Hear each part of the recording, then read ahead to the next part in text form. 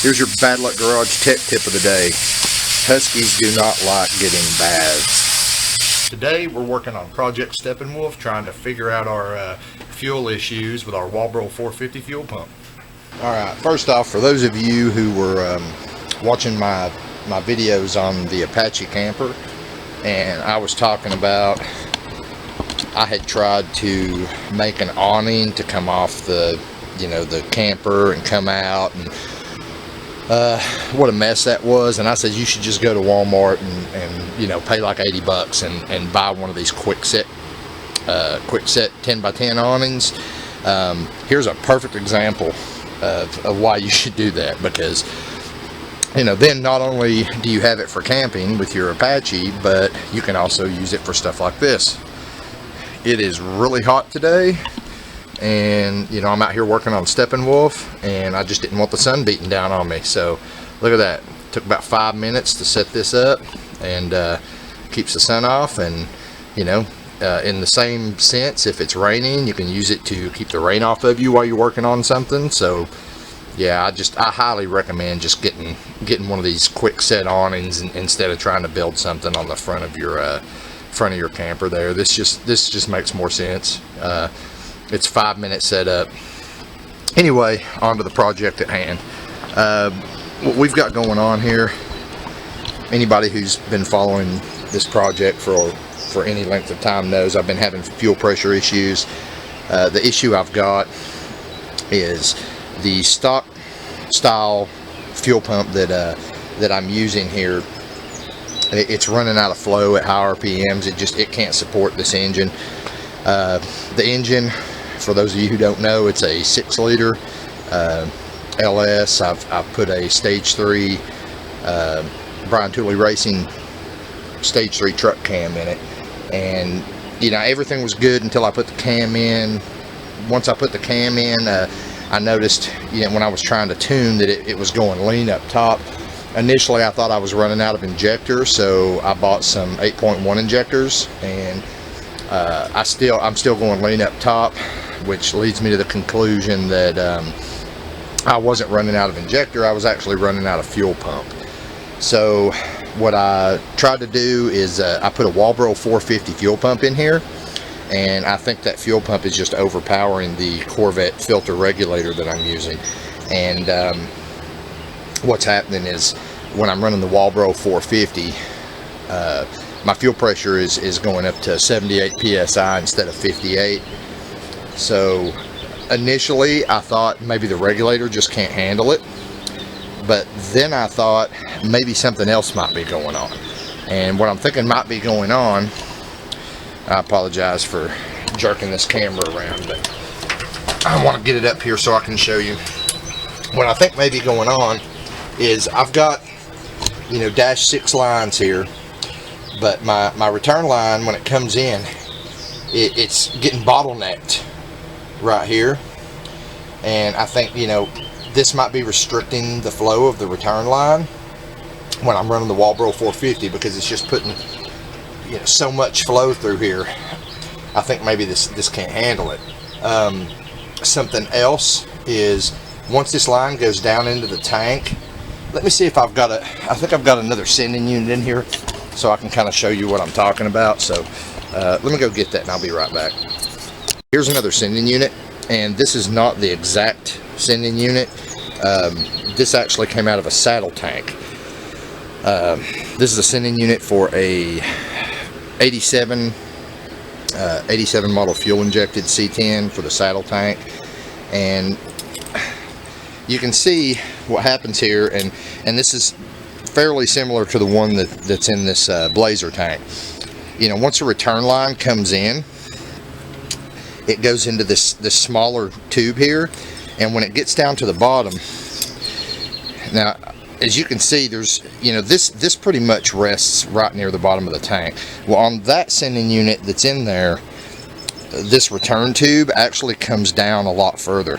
So what may be happening as well is the fuel may be like, this part may be right at the bottom of the tank, and it's restricting flow too, because if the bottom of the tank is like right here, you can see how that would be a restriction.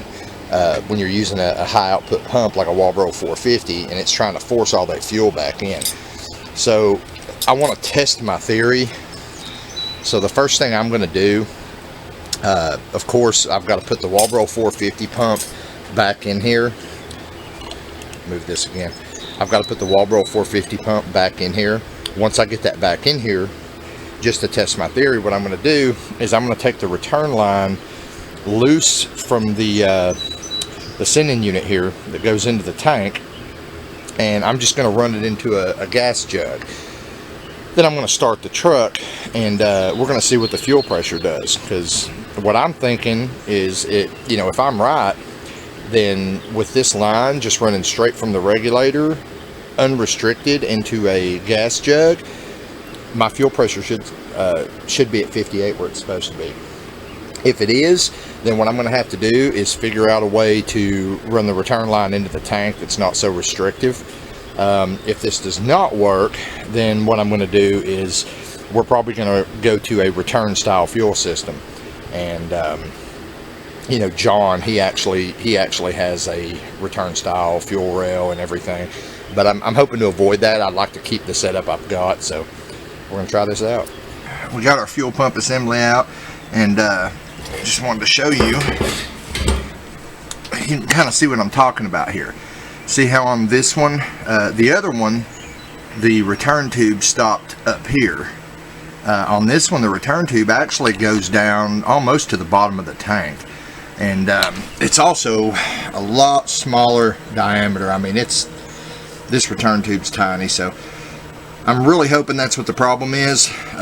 If it is, what we might have to do is drill a hole in my fuel tank and put like a bulkhead fitting for the return, or something like that, just so we can run a larger return line. So we need to test this theory out. So I'm going to take this pump loose and put our Walbro 450 back in. You can see I've got my old fuel pump here. This is the trying to remember the part number. I think it's a AC Delco EP was like EP 385 or something like that. It's it's the standard fuel pump that people use when they're doing this swap on the C10s. So I've got it sitting here. I have put my Walbro 450 back in here, and what I've done, you can see I do not have the return line hooked up. I've got the return line from the regulator going into this gas jug. So if I key on and the fuel pressure, if it stays at 58 psi, then I know the problem is a restriction up here, and that'll be the next thing we address. Alright guys, well I'm assuming that you could see in the video that I just shot that that did not fix the problem. So apparently the restriction isn't the problem. The problem is the Corvette filter regulator just cannot handle the flow of that Walbro 450 fuel pump. So what I'm doing right now is I'm heading over to John's house, because he actually has a return style fuel rail, and so we're gonna get that return style fuel rail from him. I'm gonna have to go in my tune and flatline my injector flow rates to work with the return style system, and I'm also going to have to order some more fuel line. What I'm going to do is I'm actually going to use my current braided stainless rubber fuel line as my return line, and I'm going to order some Teflon, some PTFT GLBT FYZ, whatever that shit is. I'm going to order that Teflon line to run as my my main fuel line, and then I'll use the rubber fuel line as the return line. It won't have as much pressure on it. Maybe that'll get rid of some of the issue I'm having too with the the fuel odor from the ethanol. But bad thing is, that means I'm gonna have to make a part 2 to this video, because obviously I'm gonna have to wait for the for the fuel line to get here before I can switch over to the return style system. Until then, Steppenwolf's just going to be sitting there because I'm not going to just keep swapping these fuel pumps out just so I can drive it. But anyway, we're over at John, so let's go see what John's doing. Hey John. What? Bad news. What? Fuel pump trick didn't work. Oh, it didn't? No. Oh well. I pulled the fuel pump return line. I put the Walbro 450 back in it. Took the return line, just stuck it in a gas jug so there wouldn't be any restriction on it. Still 78 psi, so I need to try this return style system. Grab it. Where's it at? Over there behind you. Oh, there's Somewhere. the relay. Haha. Yeah, so here's the other intake. See, here's the issue I've got, man. See on this return style intake, it's got this vacuum line right here. Yeah. I don't have this because this is supposed to go to that regulator on the fuel rail. So I'm wondering if I'm gonna need to just trade intakes with you or something. That one's got a hole in it. Does it really? Right there on top. Oh yeah, it does. Is that not where something just plugs in? I think so. I don't know. Maybe I can come up with something else. I mean, I know there's this guy over here. I The think. ejector rail. Yeah. I Yeah. thought you meant the sending unit. The injector rail is.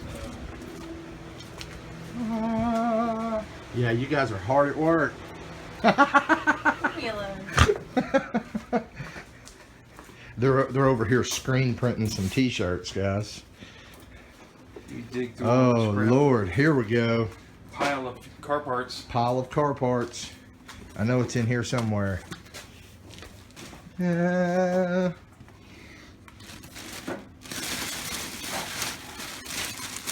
See, I thought we just had it. Well, we had it laying over there at one point. Ah, I see it right here. All right, guys, I'm gonna have to shut the camera off because I gotta dig. Let it be known, everything has a price. Come over here to get a fuel rail, end up making freaking t-shirts.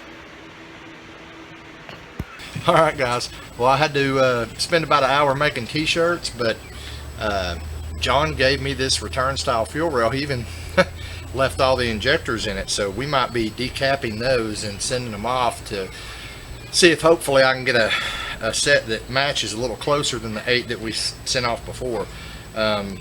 Also, I wanted to show you, if you're using a returnless style intake manifold, it does not have this nipple here for you to hook this line to the fuel pressure regulator. So what I'm going to have to do is take one of the caps off my intake and epoxy this in place of one of the caps, so I've got this nipple here for vacuum to my fuel pressure regulator. But I'm also going to have to order enough fuel line, like I said earlier in the video, for me to make a new fuel line. And something I didn't think about is I'm going to have to get a new fuel filter. So if anybody knows of like a cheap fuel filter, like the Corvette filter regulator has the push lock connections. If anyone knows of a fuel filter that uses those same connections, that would be outstanding. I'm going to get online and try to research it, because I would rather use like a $12 stock type filter than have to spend big money on something with dash 6 AN fittings on it, from Earl's or someplace like that. But if that's the route I have to go, that's the route I'll go. But anyway, I guess in our next video on Steppenwolf, we're going to be converting from a returnless style to a return style fuel system. So if you like this video, click the little thumbs up button.